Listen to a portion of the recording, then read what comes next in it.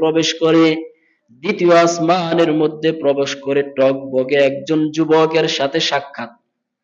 একবারে টকবগে একজন যুবক জিবরাইল আমিনকে বলতেছে, আল্লাহর রাসূল বলেন, ভাই জিবরাইল তিনি কে? কয় তিনি হলো ঈসা পয়গম্বর।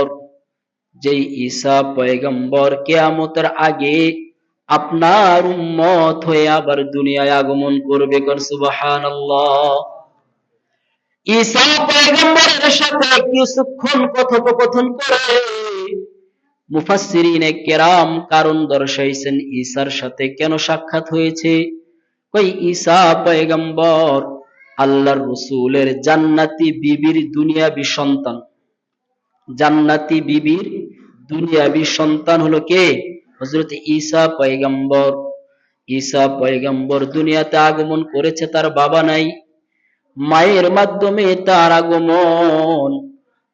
হাদিসের ভিতরে এসেছে ঈসা পয়গম্বরের মা মারইয়াম আলাইহিস সালাতু ওয়াস সালামের সাথে জান্নাতের মধ্যে আমার আপনার রাসূল মুহাম্মদ আরবি সাল্লাল্লাহু আলাইহি ওয়াসাল্লামের বিবাহ হবে। সুবহানাল্লাহ। তাহলে জান্নাতি বিবির দুনিয়াবি সন্তান ঈসা পয়গম্বর। ঈসাকে দেখা বুঝায় দিলেন, ইয়া রাসূলুল্লাহ,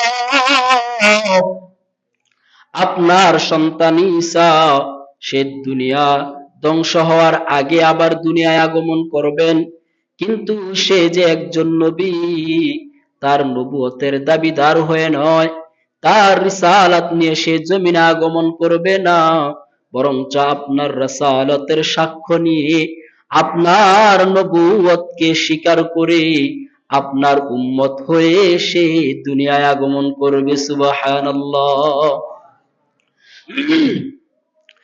ঈসা পয়গম্বরের সাথে আলাপ আলোচনা